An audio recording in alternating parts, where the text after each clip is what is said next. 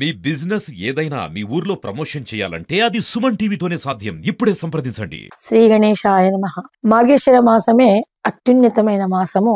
మాసాల్లోకి శీర్షము తల వంటిది. కాలం అనే దేహానికి మాసాలే అంగాలైతే మార్గశిర మాసం తల వంటిది. అలాగే ఈ మార్గశిర మాసంలో విష్ణువు ప్రఫుల్ల మనస్కుడై భక్తుల యొక్క కోరికలు నెరవేరుస్తాడు.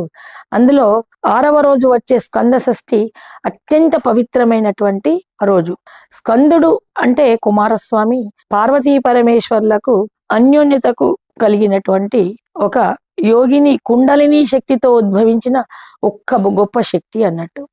అలాగే దేవతలందరూ కూడా అనేకమైనటువంటి రాక్షసుల బాధలు అనుభవించి ఉన్నారు కాబట్టి తారకాసుడనే ఒక పెద్ద రాక్షసుడు, అతనికి పద్మకేశుడు, పద్మ సంభవుడు, సుకేశనుడు అనే 3 అన్నదమ్ములు. అయితే వీళ్ళందరూ ఏంటంటే ప్రజలను, మునులను, ఋషులను, దైవ చింతతో ఉన్న వారిని అందరినీ కూడా అనేక రకాలుగా హింసిస్తూ వాళ్ళ పూజా కార్యక్రమాలకు భంగం వాటిల్లింపజేస్తూ అనేక రకాల హింసిస్తున్నప్పుడు ఇంతకు ముందే శివుని ద్వారా మరణం లేనటువంటి వరాన్ని పొంది ఉన్నటువంటి తారకాసురుడు తనకెప్పుడు మరణ భయం లేదని నిశ్చింతగా ఉంటాడు. అతని అహంకారానికి పెట్టేగిపోయి దుష్కార్యాలు ఎన్నో చేస్తూ ఉంటాడు. అలాంటప్పుడు ఈ తారకాసుని సంహరించడానికి ఏం చేయాలని ఇంద్రాది దేవతలందరూ కూడా ఆలోచిస్తున్నప్పుడు విష్ణు భగవానుడు చెప్తాడు, ఒకే ఒక వరము.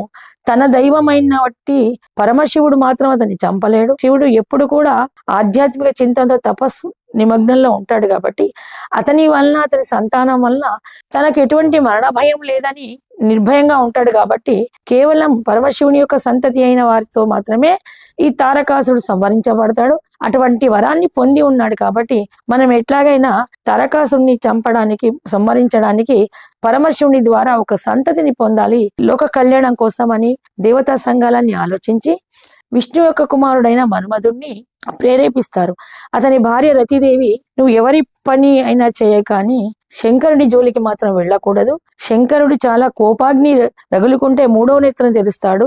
అటువంటి అగ్నిశిఖలకు లోకాలే దహనమైపోతాయని భార్య ఎంతో చెప్తుంది. కానీ దైవ సంఘాలన్నీ నిర్ణయించింది కాబట్టి తాను తప్పకుండా వెళ్ళి ఆ తారకాసుని సంహారానికి, లోక కళ్యాణానికి పాటుపడతా అని మన్మధుడు త్యాగం చేసి తన యొక్క లక్షణమైనటువంటి పూలబాణాలను, ప్రేమను సృజించేటి అంటే కోరికను కలిగించేటువంటి పూలబాణాలను వేసి శంకరుని యొక్క మనసు స్త్రీల వైపు మళ్ళేటట్టు చేస్తాడు. అంతవరకు ఘోర తపములో ఉన్నటువంటి, తమస్సమాధిలో ఉన్నటువంటి పరమశివుడు కన్నులు తెరిచి ఇదంతా చూస్తుంటాడు.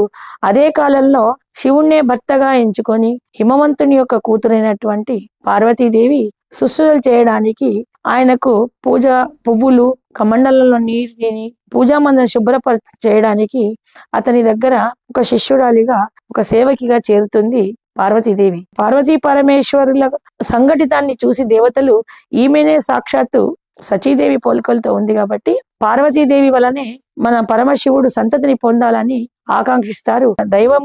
దైవ సంఘాల యొక్క కోరికతోని మన్మధుడు ఎప్పుడైతే శివుడి మీద పులబాణాలను ఎక్కుపెట్టాడో, మన్మథ ఆవేశాన్ని తెప్పిస్తాడో, కన్నులు తెరవంగానే మూర్తిభవించిన శృంగార దేవతగా పార్వతీదేవి కనబడడం, పార్వతీదేవి మీద పరమశివుని యొక్క మనసు నిశ్చలించిపోయి ఆయనకి ఎటువంటి ఉద్దేశం లేకుండా ఒక రకమైనటువంటి మన్మథావేశానికి లోనే స్ఖలనం జరగడం. స్ఖలనము నుంచి పుట్టినవాడు కాబట్టి స్కందుడు వెంటనే తన తపశక్తి విడిపోతున్నదని గ్రహించిన పరమశివుడు దేవతల యొక్క పిలుపులకు తెలివి మీదికి వచ్చిన వాడై తన స్ఖలనాన్ని నీలజారగానే అగ్నిదేవుడు, వాయుదేవుడు ఆ తేజస్సును, శివుని యొక్క నుంచి వెలువడినటువంటి తేజస్సును గంగా నదిలో కలుపుతారు.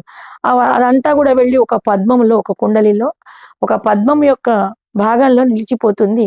పరమశివుడు అప్పుడు పార్వతీదేవి స్కంద అంటే విభజించిన వాడై 6 పాయలుగా వెళ్ళిపోతుంది.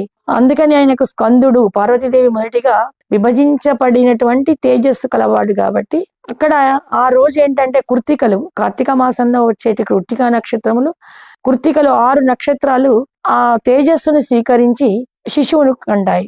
గంగలో కలిపినందుకు గాంగేయుడు, అగ్నిపుత్రుడు, అగ్ని మోసుకొని పావురం రూపంలో అగ్ని మోసుకొని వెళ్ళింది కాబట్టి అగ్నిపుత్రుడు, కృత్తికల చేత పెంచబడ్డాడు కాబట్టి కార్తికేయుడు, శరణమ భవుడు అని తమిళంలో అంటాడు.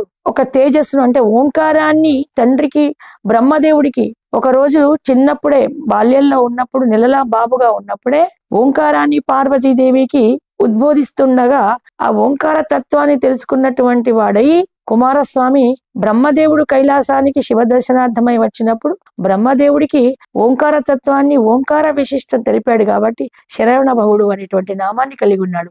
అలాగే వేలాయుధుడు అంటే శూలమును ఆయుధంగా కలిగిన వాడు, తల్లి కానుకగా ఇచ్చినటువంటి శూలాన్ని ఆయుధంగా కలిగిన వాడు. ఎప్పుడు బాల్య రూపంలోనే ఎందుకు ఉంటాడు అంటే చిన్న లేత ముఖం కలవాడు. అంటే పార్వతీదేవి కృత్తికల నుండి బాలునిగా స్వీకరించింది.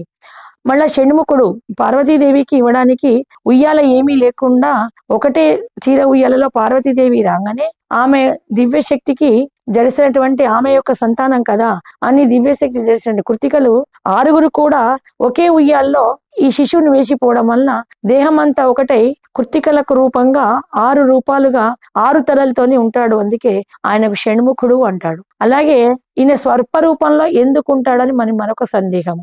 ఆదిశేషుని యొక్క మనవరాలు శ్రీవల్లి. శ్రీవల్లిని చూసి తాను ఇష్టపడతాడు, మోహిస్తాడు. కాబట్టి శ్రీవల్లి అంటుంది, మా తాతగారిని అడుగు అంటే ఆదిశేషుడు, మేము సర్పజాతికి చెందిన వాళ్ళము, నీవేమో మనుష్య జాతి వాడివి, సర్పజాతికి నువ్వు రూపాన్ని పొందితేనే మేము వివాహం చేయడానికి మా వాళ్ళు ఒప్పుకుంటారు అని ఆదిశేషుడు చెప్తే ఆదిశేషుడి యొక్క మనవరాలు శ్రీవల్లి కోసము తను సర్పరూపాన్ని పొందుతాడు.